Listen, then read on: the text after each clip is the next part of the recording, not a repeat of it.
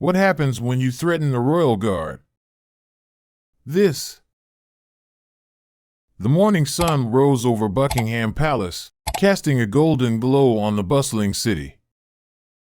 Tourists lined the gates, eager to witness the changing of the guard.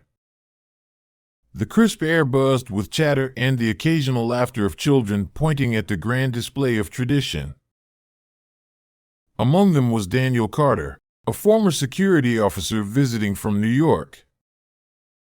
He admired the discipline of the British Royal Guards, their unwavering composure and commitment to duty. Their strict code was legendary, something few could maintain under the constant gaze of tourists trying to break their focus. He had seen videos online of people taunting these guards, trying to provoke a reaction.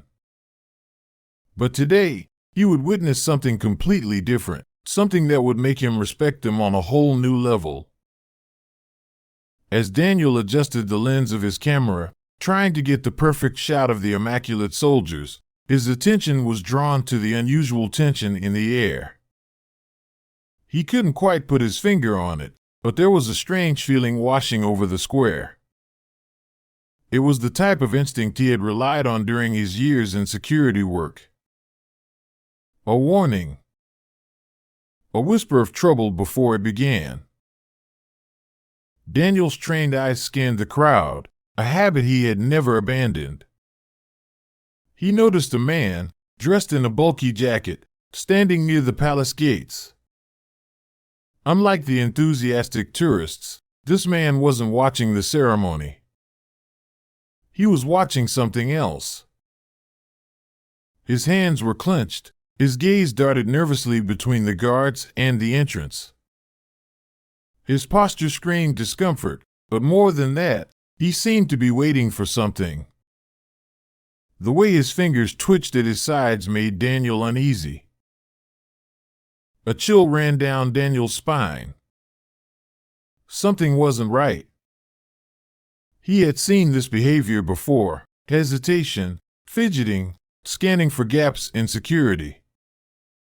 It was the same behavior he had observed in individuals who had bad intentions. Daniel turned to a nearby palace security officer, his voice low but urgent. "That guy over there, near the gate. He's not acting like a tourist." The officer followed Daniel's gaze, his posture shifting slightly.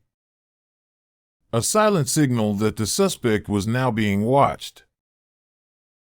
The tourists remained oblivious, laughing and chatting, snapping pictures of the guards as if nothing was out of the ordinary. But Daniel could feel it. A ticking clock leading toward something unpredictable. As the guard stood motionless, the suspicious man suddenly reached inside his coat. A moment of silence. Then, chaos. Daniel shouted, "Hey! Stop!" Just as he did, the royal guard moved, breaking his rigid stance. With unbelievable speed, the soldier raised his rifle and took a firm step forward, his voice booming through the square. "Stand back!" The suspect hesitated, his hand frozen mid-motion. The crowd gasped, tourists backing away in fear. Daniel's stomach clenched. He didn't know what the man had, but whatever it was, the guard wasn't taking chances. Palace security personnel surged forward, their weapons drawn. The suspect's expression twisted from surprise to panic as he turned, attempting to flee. Too late. Security tackled him to the ground, subduing him within seconds. As he hit the pavement, a metallic object slipped from his coat, a knife, its blade gleaming under the morning sun. The crowd collectively gasped in horror. If not for the guard's quick reaction, someone could have been seriously hurt. The guards remained at their posts, but it was clear they were more than just ceremonial figures. As the situation de-escalated, The royal guard resumed his position, as if nothing had happened. His face remained stoic, his hands gripping his rifle with the same controlled intensity as before. Daniel was in awe.